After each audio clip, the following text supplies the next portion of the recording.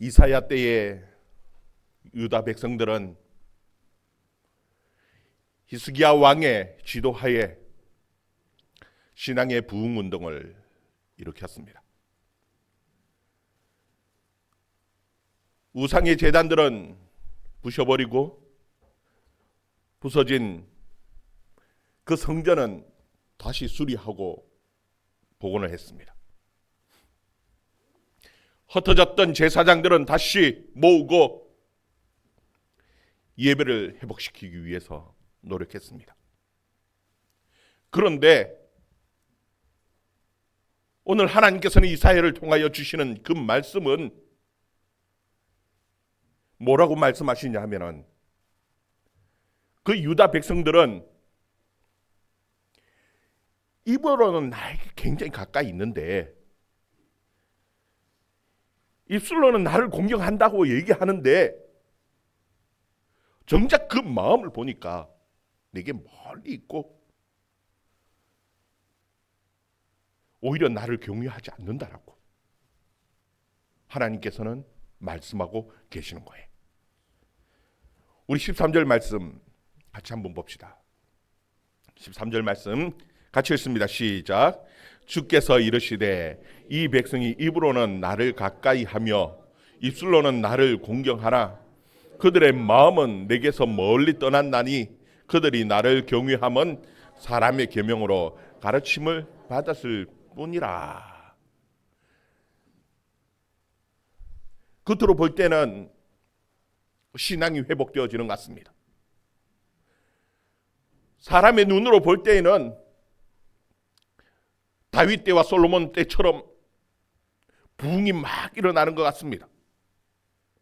근데 정작 하나님이 보실 때에는 그 마음은 여전히 멀리 있고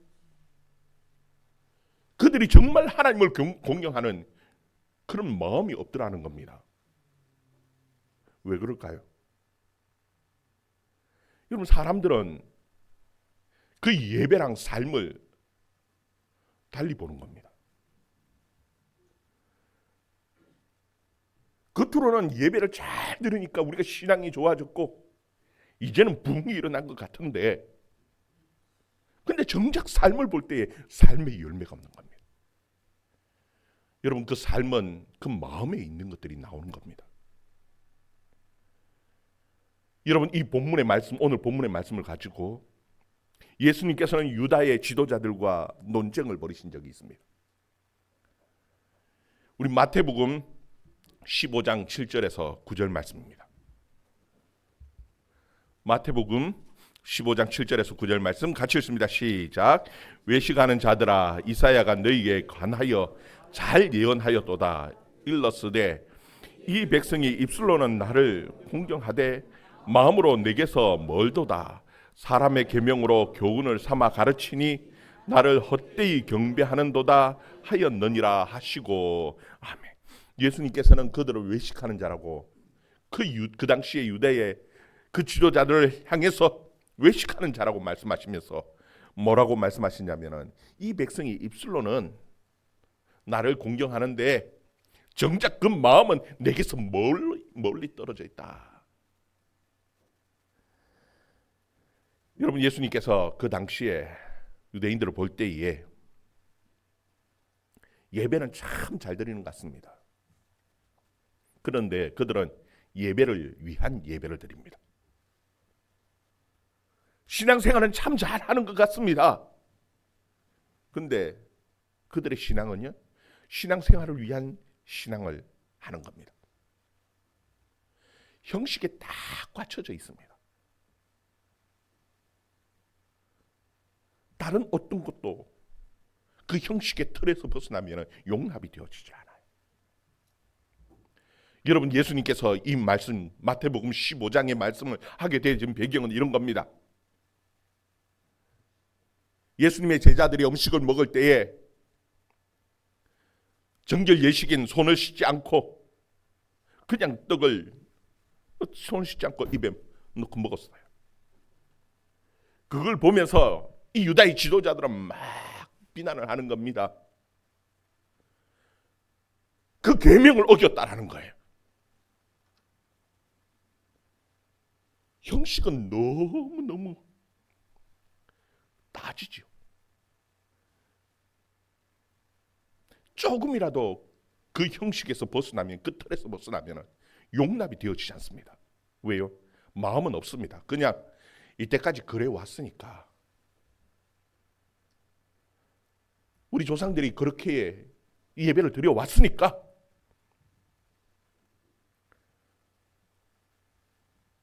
조금이라도 벗어나면 막 비난하는데, 정작 그들의 마음속에는 하나님을 사랑하는 마음도 없고, 다른 사람을 배려하는 마음도 없고, 전혀 공의도 없고 정의도 없고,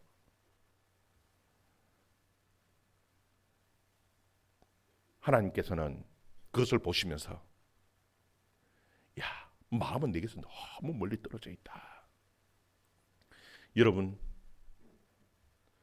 오늘 우리의 예배는 어떻습니까? 형식이라는 것이 아무 필요 없다라는 것이 아닙니다. 더 중요한 것이 있어요. 여러분, 여러분의 삶의 예배 가운데에 정말 하나님이 원하시는 그 열매를 맺어내고 있습니까?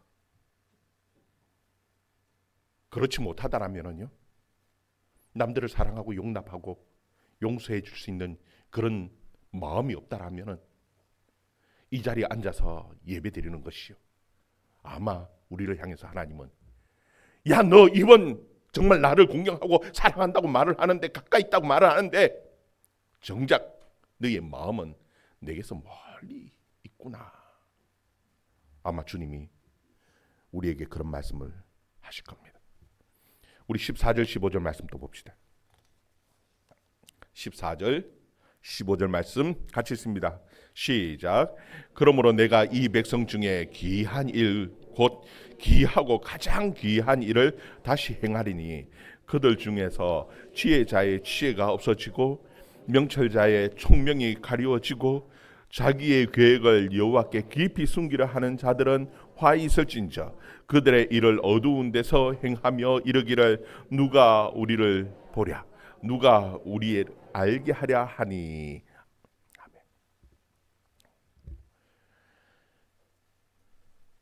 유다 지도자들을 향해서, 형식적으로만은 그 유다 지도자들을, 형식적으로만 섬기는 그 유다 지도자들을 향해서 하나님께서는 내가 귀하고 귀한 일을 행하시겠다, 그렇게 말씀합니다. 여기서 귀하고 귀한 일이라는 것이 도대체 무엇일까? 여러분, 무엇인 것 같습니까? 도대체 어떤 것이 귀한 일일까요?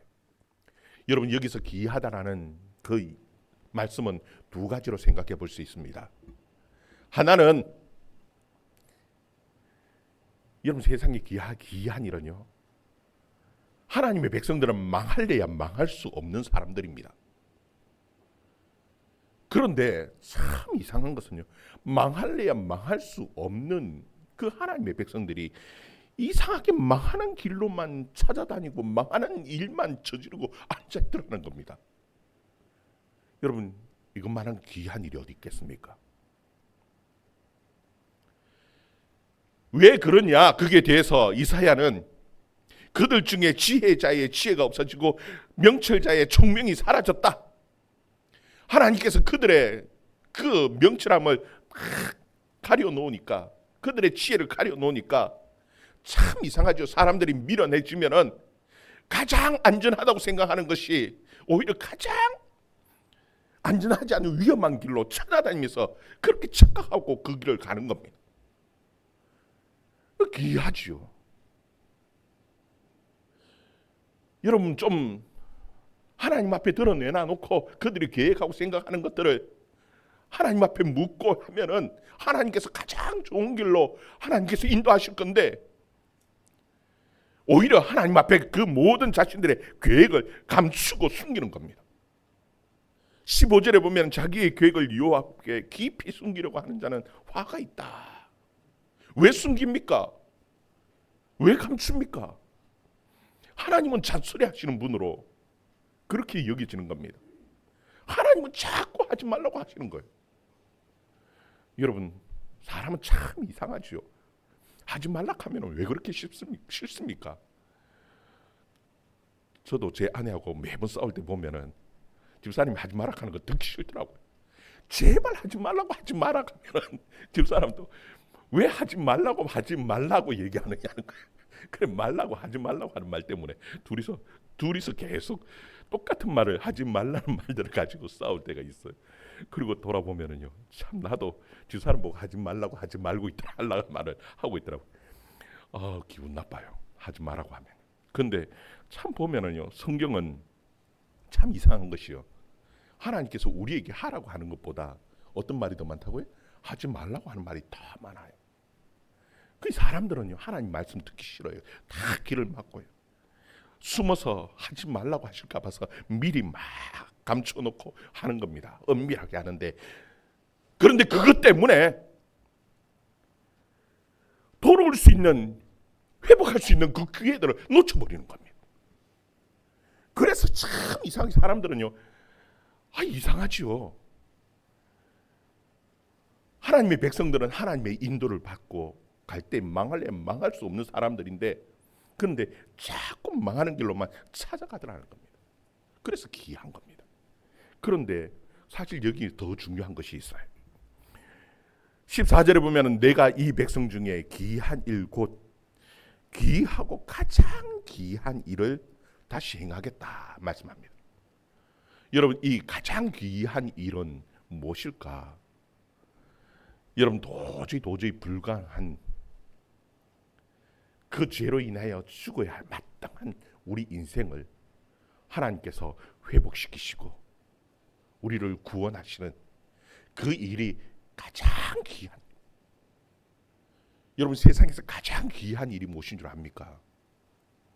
정말 벌레 같은 우리 인생을 위해서 하나님의 아들이 이 세상에 오셔서 우리를 위하여 죽으시고 십자가에 죽으시고 우리를 구원하셨다라는 이 놀라운 사실, 이것이 세상에서 가장 귀하고 귀한 일이라는 겁니다. 하나님께서는 이 유다 백성들을 보면서 망하고 끝장나야 될 그 백성들인데, 그런데 그렇게 내버려 두시지 않겠다라는 겁니다. 하나님께서는 가장 귀한 일을 행하시는데 이 어리석고 안 되는 길로만 찾아가는 이 인생을 하나님께서 새롭게 만드셔서 하나님께서 구원시키시겠다라는 그 약속을 오늘 이 이사야를 통해서 해주고 계신다는 사실입니다. 여러분, 그 하나님의 은혜를 깨달을 수 있는 저와 여러분 되기를 주의 이름으로 축원합니다. 여러분, 이들이 얼마나 악하냐 하면은요, 16절에 보면 이런 말씀을 합니다. 16절 말씀 또 같이 읽습니다. 시작. 너희의 패역함이 심하도다. 토기장이를 어찌 진흙같이 여기겠느냐. 지음받은 물건이 어찌 자기를 지은 이에게 대하여 이르기를 그가 나를 짓지 아니하였다 하겠으며, 빚음을 받은 물건이 자기 빚은 이에게 대하여 이르기를 그가 총명이 없다 하겠느냐. 아멘. 여러분, 여기에 그들을 향해서 너희가 패역함이 심하도다 그렇게 말씀하고 있는데, 이것을 히브리어 그 의미 그대로 직역하면 이런 겁니다. 오, 너희 패역함이여. 감탄하는 겁니다. 어찌 이렇게 패역할 수가 있냐라고 하나님께서 놀라움을 감추지 못하면서 얘기하는 겁니다. 여러분, 이 패역하다라는 말은요, 사람이 해야 할 도리를 하지 못할 때에 패역하다는 표현을 쓰는 겁니다. 너무나 큰 은혜를 받아서 도저히 배신하면 안 되는 그 사람에 대해서 배신할 때, 야, 너 어찌 이렇게 그렇게 배신하고 패역할 수가 있냐? 그 도리가, 사람이 도리가 있지 않느냐? 여러분, 하나님께서 우리에게 엄청 큰 은혜를 주셨는데도 불구하고 우리가 그를 배반했다라는 겁니다. 그러면서 이사야는 그 관계를 어떻게 설명을 하느냐 하면은 토기장이와 진흙 관계로 설명을 하는 겁니다. 여러분들은 도자기 만드는 거 봤습니까? 제가 한때 이천에 있을 때 보면은요, 그 도자기를 참 많이 만들어요. 진흙을 탁 가져와서 이겨가지고 탁 덩어리 놓고는 막 물레 같은 데 돌려가지고요, 도자기를 만들어내는데, 참 여러 가지 용도의 도자기를 만들어냅니다. 국그릇도 만들어내고요, 간장 종지도 만들어내고요, 큰 항아리도 만들어내고요, 그리고 꽃병도 만들어내고. 그런데 다 만들 때에 그냥 만드는 법이 없습니다. 이것은 어떻게 사용해야지 하면서 다 계획 속에 용도에 맞게 모든 항아리들을, 그릇들을 만들어내는 겁니다. 여러분, 그 항아리 있죠, 그죠? 장담구는 그 항아리에, 그 항아리가 딱 만들어질 때는 그 토기장이는 항아리, 이 장담구는 항아리라고 딱 만들어놨는데, 본인은 이 꽃을 담는 화병이고 싶어서 그 항아리에다가 꽃을 탁 담아 놓으면은 그 어울립니까? 제대로 그 모양이 납니까? 여러분, 꽃병같이 이렇게 잘 만들어 놓은 데다가 그 장담그겠다고 거기에다가 매주 집어넣고, 그리고는 그 소금 넣어놓고는 장대기를 바라고 앉아 있으면 참 어울립니까? 여러분, 이 이스라엘 사람들이요, 얼마나 어리석은지 뭐라고 얘기하냐면, 하나님이 자기 수준에서 낮춰서 얘기하는 겁니다. 아이고, 하나님이 총명이 없다, 어리석다라는 말이죠. 자기는 꽃병이고 싶은데 나를 이렇게 만들어 놨다라는 겁니다. 하나님께서 장단지로 만들어 놨는데 거기다 꽃을 꽂아 놓고는 참 하는 얘기가, 하나님은 나를 좀 이렇게 이쁘게 만들어 놓으면 되는데 이렇게 만들어 놔가지고 꽃을 꽂아 놓으니까 참 볼품없도록 하나님이 어리석다라고. 여러분, 자기 용도에 맞춰서 하나님께서 만들어 놓으면 그 만들어 놓은 용도에 맞춰서 써야 되는데, 자기 욕심만 맞춰서 거기다 꽂아 놓고는 하는 얘기가 무엇이냐 하면은 하나님이 어리석다라고. 그리고 앉아 있는 것이, 그리고 내 마음에 하나님이 마음에 들지 않는다라고 배신하고 패획하면서 막 온갖 욕들을 하는 것이, 그것이 이 이스라엘 백성들이라는 겁니다. 유다 백성들이라는 겁니다. 여러분, 오늘날 우리들은 그렇지 않습니까? 하나님께서는 다 각자 하나님의 필요에 맞춰서 딱 만들어 놨어요. 여러분의 가치는 어떻게 알 수 있느냐 하면요, 하나님 앞에 가야지 여러분의 가치가 무엇인지 아는 겁니다. 내가 내 하고 싶은 대로 막 한다고 하면서 되어집니까? 폼이 안 나지요. 가치가 없는 삶을 살 수 있어요. 그러면서 하는 얘기는, 하나님께서 왜 나를 이렇게 만들어 놨냐고. 참 하나님은 어리석다라고. 여러분, 그런데도 불구하고요, 놀라운 것이 이사야가 이 하나님을 토기장이로 비유한 중요한 이유가 있습니다. 그게 무엇이냐 하면은, 하나님께서는 결국은 참 이렇게 패역하고 말 안 듣는 이 인생을 가장 아름답게 쓸모있게 하나님께서 결국은 만들어내시는 하나님이시라는 사실을 이사야는 얘기하고 싶은 것이에요. 그래서 다른 비유가 아니라 이 토기장이와 진흙의 비유로 지금 하나님과 우리의 관계를 비유로 말씀해 주고 있는 겁니다. 하나님께서 행하시는 가장 놀랍고 귀한 일은 무엇이냐 하면은, 정말 실패할 수밖에 없는 우리 인생을 하나님께서 가장 성공적인 인생으로 만들어 주신다는 거예요. 그래서 그 뒤에 보면은 17절부터 보면은 반전입니다. 도저히 소망 없을 것 같은 그런 인생을 하나님께서 새롭게 만드신다는 거예요. 17절 18절 같이 읽습니다. 시작.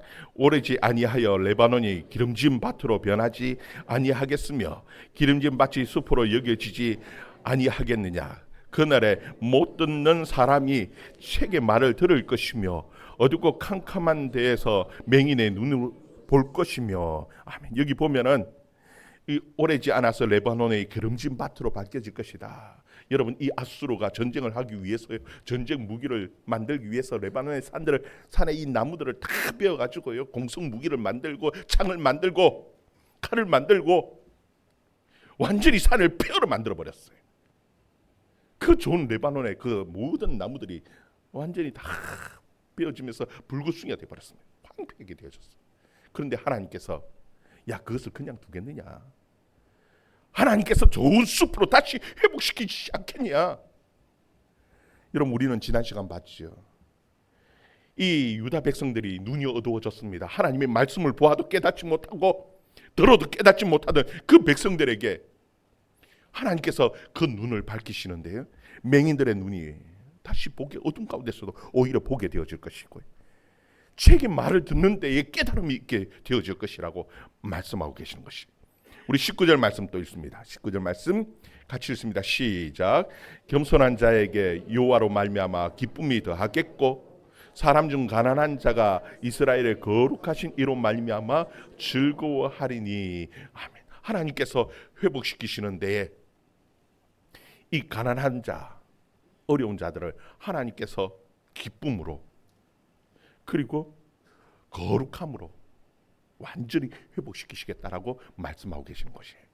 여러분, 이게 어떻게 가능하냐? 하나님께서는 그 뒤에 아브라함과 이 야곱의 예를 들어서 말씀해 주고 계셔요. 우리 22절 말씀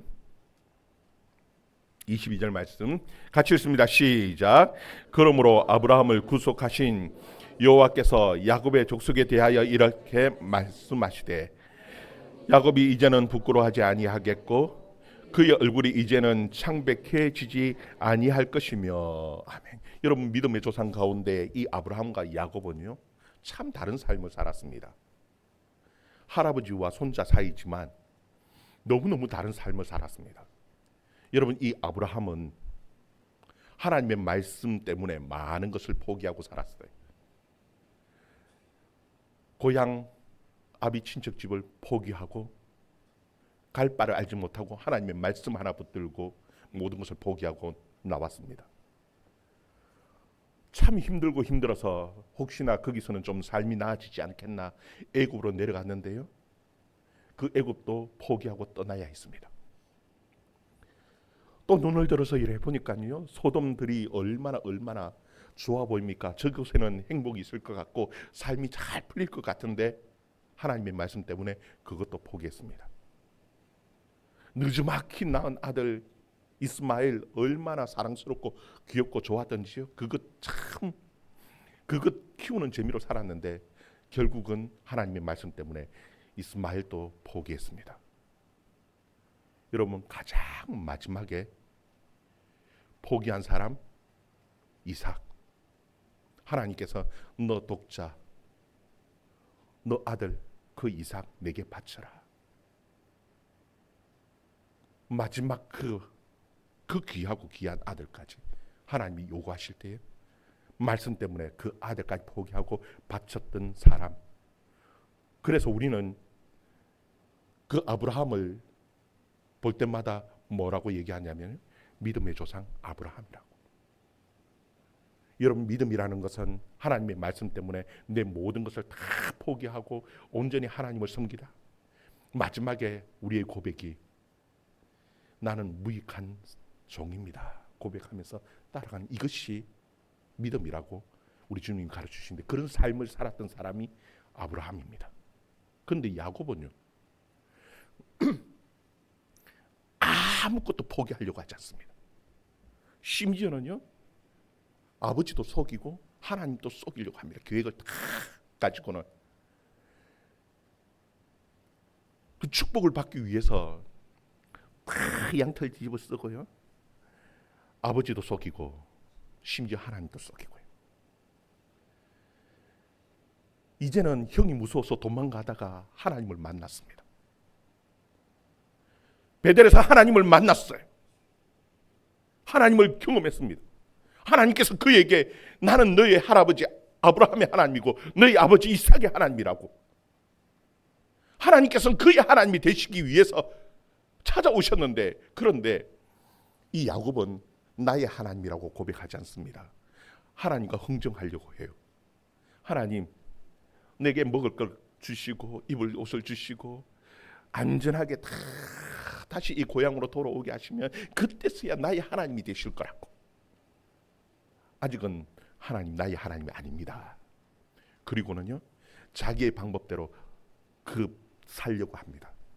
하나님의 인도함이 아니고 자신의 방법대로, 자기의 방법대로, 자기의 생각대로 고집을 부리면서 살려고 하다가 라반, 그 외삼촌 라반 집에서 20년 이상을 종으로 고생하다가 도망쳐 나왔지요. 하나님이 그를 은혜로 구원하지 않으면요 도저히 살아갈 수 없는 삶을 살았던 사람이, 정말 인생을 볼 때에 자기 고집대로 살다가 망하는 자리까지 내려가다가, 그럼에도 불구하고 하나님께서 그를 딱 붙들어서 구원하고 살려주지 않으면은 그 인생이 바뀌어지지 않을 것 같은 사람이 누구였냐 하면은요, 야곱입니다. 근데 오늘 말씀에 보면은 참 놀라운 말씀을 하죠. 22절에 보면은 그러므로 아브라함을 구속하신 여호와께서 그렇게 말씀합니다. 여러분, 이 구속이라는 말은 내가 돈을 주고 샀다라는 겁니다. 옛날엔 노예나 죄수 같은 경우에 돈을 주고 사올 수가 있었습니다. 하나님께서는 그 아브라함을 내가 구속했다, 샀다라는 겁니다. 여러분 볼 때에, 우리 생각할 때는 아브라함이 하나님을 위해서 모든 것을 다 희생했는 것 같습니다. 그런데 아니요. 하나님은 뭐라고 얘기하냐면은 이 아브라함을 위해서 내가 구속했다, 내가 희생했다라는 겁니다. 아니 무엇을요? 하나님께서 이 아브라함을 위해서 희생한 게 뭐가 있습니까? 할 때요, 여러분, 하나님께서 엄청난 것을 아브라함을 위해서 희생했습니다. 뭔지 모르죠? 여러분, 하나님께서 내 아들 독자 이삭을 바치라고 할 때 아브라함이 이삭을 바친 것 같지만요, 아닙니다. 그 모리아산에서 하나님께서 하신 말씀은요, 내가 너를 위해서 준비하겠다라는 겁니다. 그래서 그 모리아산을 무엇이라고 명칭을 했느냐 하면은 여호와 이레, 하나님께서 준비하신다라는 겁니다. 무엇을 위해서요?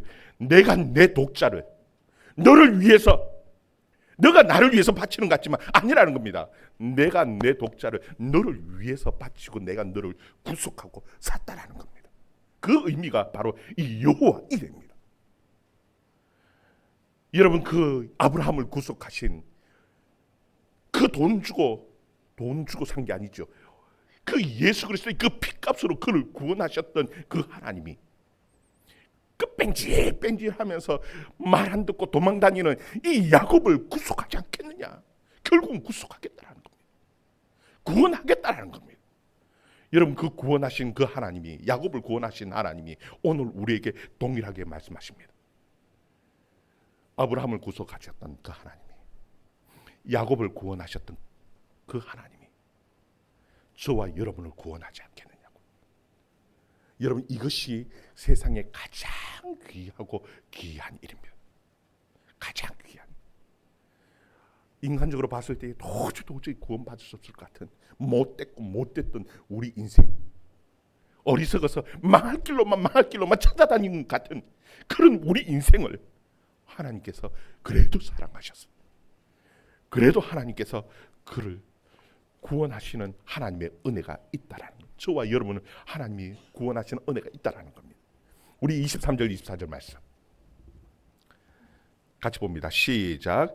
그의 자손은 내 손이 그 가운데서 행한 것을 볼 때에 내 이름을 거룩하다 하며 야곱의 거룩한 일을 거룩하다 하며 이스라엘의 하나님을 경외할 것이며 마음이 혼미하던 자들도 총명하게 되며 원망하던 자들도 교훈을 받으리라 하셨느니라. 아멘.